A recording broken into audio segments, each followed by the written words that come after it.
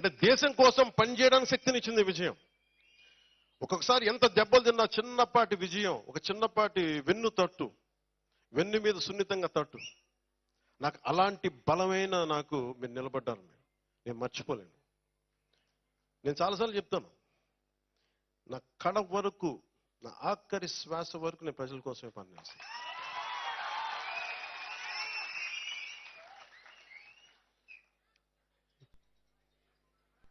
నేను అలాగే అయిపోగానే వచ్చేద్దాం అనుకున్నాను. లోపల ఉబలాటం వచ్చింది, సంతోషం వచ్చింది, చెప్పుకుందాం, పంచుకుందాం, తిరిగేద్దాం, చేతులు ఊపేద్దాం, అందరికీ మన గజమాలలో వేస్తారంటే వేయించుకుందాం అనుకున్నాను.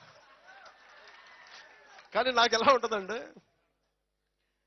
ఓకే నువ్వు వేయించుకుంటావు, నా మనసు ఇంకో మనసు ఏం చెప్తుంటుంది, నువ్వు గజమాలలో వేయించుకుంటావు, ఆ తర్వాత ఓకే తిరుగుతావు రోడ్లంతా, ఆ తర్వాత నాకు కావాల్సినది కాదు, పిఠాపురం ప్రజలకి అసలు నువ్వు ఏం పని చేసి పెడతావు చెప్పు. నాకు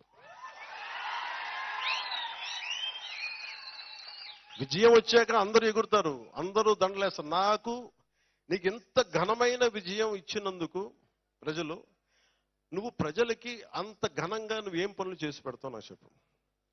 నేను కూర్చున్నా, నాకు వచ్చి చేతులు ఊపి కృతజ్ఞతలు చెప్పడం సరిపోలా, ఒళ్ళోంచి ఒక కూలీలా పని చేయడానికి సిద్ధపడిపోయాను. అందుకే నాకేమనిపించిందంటే,